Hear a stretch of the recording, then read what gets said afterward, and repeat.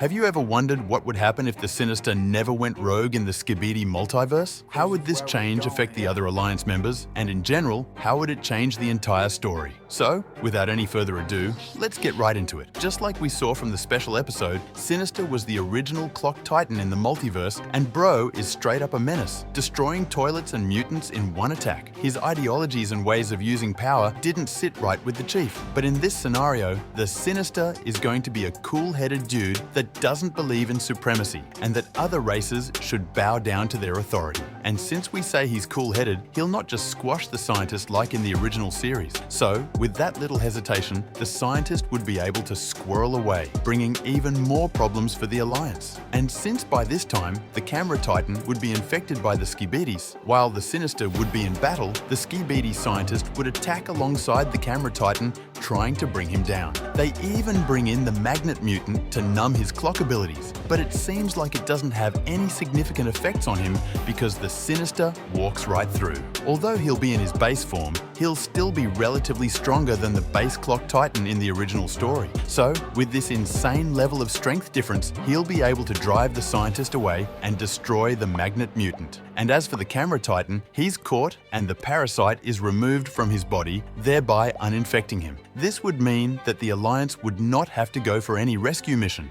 So, the Chief comes down from the helicopter and he applauds Sebastian for the good job and then proceeds to send him on the mission to help the TV race so they can get their Titan repaired. And Bro is excited to help this time, so he moves on to the particular location. And the Chief goes back to base. On getting to the base, that's where he saw it, the spirit orb of Benjamin. He sees much potential in him and immediately he orders them to create a body for him. Meanwhile, at the TV base, the Sinister is able to do a great job helping them to repair their Titan. But on getting back, he's greeted with the news that the boss has ordered them to build a body, but he didn't think much of it. It may be anyone's body. So, they continue going to Skibidi bases and destroying them. And since the other Titans have the Sinister by their side, the damages on them are not too much based on his ways of fighting. So they made the mistake of seeing no need for upgrades. The scientist, on the other hand, didn't just give up. He's determined to bring down the Alliance. So they set up an ambush on one of the Alliance raids. On a particular mission, the scientist teams up with his friend the Pennywise and numerous Magnet Mutants in an attempt to at least infect one of the Alliance Titans or just blow them all up. So the battle rages on with the Titans fighting ferociously.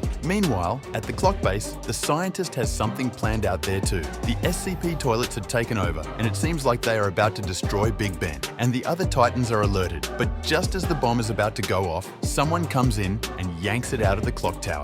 And when the smoke clears, we see Benjamin the Clock Titan in his base form. His body had been previously completed, and in a last effort, they were forced to activate him early. The initial plan was to have a backup Titan in case maybe the Sinister is defeated. But I guess they'll have to wait for the Sinister to get back to see his reaction to the new Titan. But for now, the Clock Titan is able to clear out the base of the SCP toilets and the mutants effortlessly, saving the base. However, at the other base, the scientist gets word that they have a new Titan. And since the battle is not moving in his favor in the first place, he orders his goons to retreat out of the battlefield. And he left them a goodbye gift, the Kamikaze mutants. But before they could do any damage, the Sinister had no other choice. He uses his Chrono Destruction ability to destroy all the mutants in the air, saving the entire Alliance Titans, and they all move back to base. But the Sinister, worried about the well-being of the clock base, immediately flies back to check on them. But on getting there, everything seems fine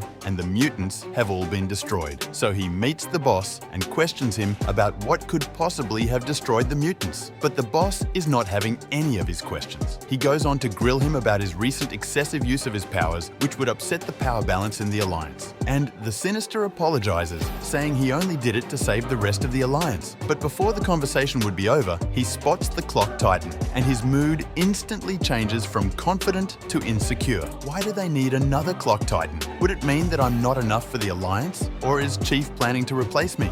but he just shrugs it off. Coming in after multiple missions together, the Sinister starts to realize that the praises and attention have moved to the Clock Titan because he always obeys the rules, while Sinister always gets scolded for even the slightest mistakes, and this starts to affect his confidence. His motivation starts to die down slowly. Meanwhile, the Scientist, on the other hand, had staged more raids than he could count, but all had come to be a failure. Because just imagine both the Sinister and the Clock Titan fighting against you. Yeah, that wouldn't be fun. So when they told him that a particular woman had contacted them, he offered to see her. It was Alpha, and together they formed a team to fight against the Alliance, and they joined forces to do so. It didn't take long for the Alliance to find out about this mysterious woman. This spooks the Alliance. They know that with this new threat, they'll need upgrades, so all the other Titans go for upgrades. But guess what? Only the Sinister was left to protect the base against the toilets, and this eventually was the last straw for the Sinister. I mean, why would you choose to upgrade the newcomer over me? Plus, the bad treatment. So the Sinister just suddenly disappeared from the base, cutting the entire Alliance off, and all efforts of the boss trying to look for him ended up a dead end. The Sinister ghosted them, so the boss had to cover up for the void while still searching for Sebastian. However, by now, most of the Alliance members would have been done with their upgrades and ready for any threats that may arise. The Sinister knows that the other Clock Titan would become more powerful than him given the upgrades he'll receive.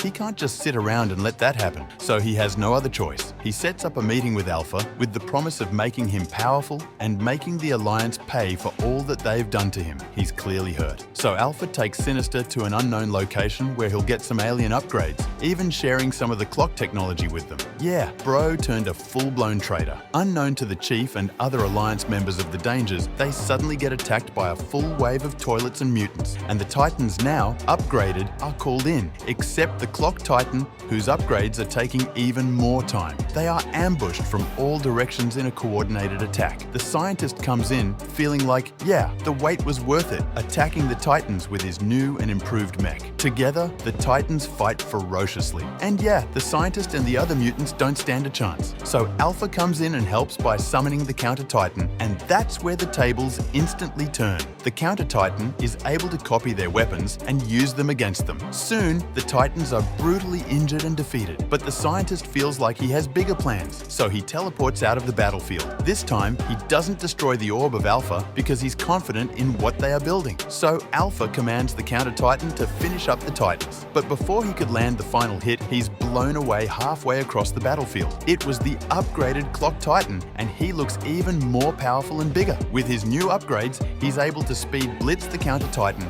slashing him down to pieces, saving the Alliance. But when they try to look for Alpha, she is nowhere to be found. She had managed to teleport out of the battlefield, saving herself. The Clock Titan is able to reverse the damage done to all the other Titans, and slowly, the Alliance is able to recover from the loss. But at this point, I guess the Scientist realizes that if the Sinister gets upgraded, not even the Skibidis would be able to control him. So he calls on the Clock Boss for a meeting, and that's where he spills the beans about the Sinister. But sadly for them, they don't know the exact location where he's being held. So they both have to come to an agreement to fight against the aliens together. So the news is spread that the Sinister is now a traitor, and a truce has been formed against the aliens. So together, both parties work together, sharing technology and weapons. They even built the G-Man apocalypse together, all in the name of surviving the bigger apocalypse coming in. I guess Mr. Clock still gave him the boost, despite us still not knowing the reason. Because when the Sinister finally comes back to Earth, he's on another level, and he's massive. And he has caused a lot of havoc around the universe, and now he has come purely for revenge. Back to the Earth now, both the Skibidis and the Alliance must work together to bring him down. And everything falls down to the Clock Titan to lead the Titans with the Astral Sword to the final battle against the Sinister. But what do you think? Do they stand a chance against the Sinister? Or would this just be a one-sided battle where the Sinister puts them all into the dirt? Write your thoughts in the comments and check out this video to find out what would happen if the Clock Titan won in episode 6. Unique Clockman out!